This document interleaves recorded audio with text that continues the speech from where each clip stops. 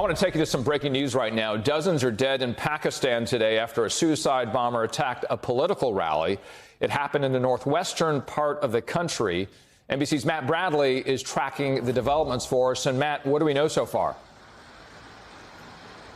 Yeah, Richard, we actually just heard in the last 10 minutes that the death toll from this blast has increased from 30 to 55, and there are now more than 135 injured. So, as you can imagine, with leaps like that in the casualty numbers, we probably haven't heard the last, and there's probably going to be some sort of increase in the casualty numbers going forward as the bodies are counted and the wounded are being taken care of. Hospitals are apparently overwhelmed with the wounded, and some of the more critical cases are being flown far away to Peshawar. Now, no one has claimed responsibility for this attack, and that's rather typical just in the hours that this has happened. But this was a political party, Jamaat Ulema Islam, that is pro-Taliban, and it actually has a nationwide presence. But this was a local rally, and actually one of the local leading politicians of this party was among those 55 who are dead. And this party actually is part of the ruling coalition, so it's a powerful group. But it is pro-Taliban. They're in favor of the Taliban next door in Afghanistan. And this particular part of Pakistan has seen a spike in Islamist and terrorist activity over the past year or two.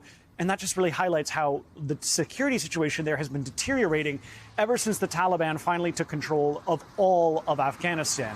So this is part of a pattern that we've been seeing of militancy increasing.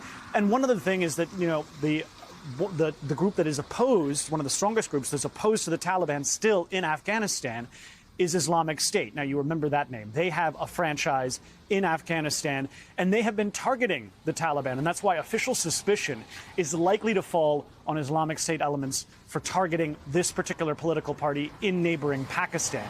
But one of the other issues here, Richard, and one of the things that a lot of Pakistanis are worried about, is that when we see an increase in militant activity, targeting politicians and targeting political groups like we just did today, it raises concerns that there could be an increase in Islamist activity or in terrorist activity ahead of general elections this fall.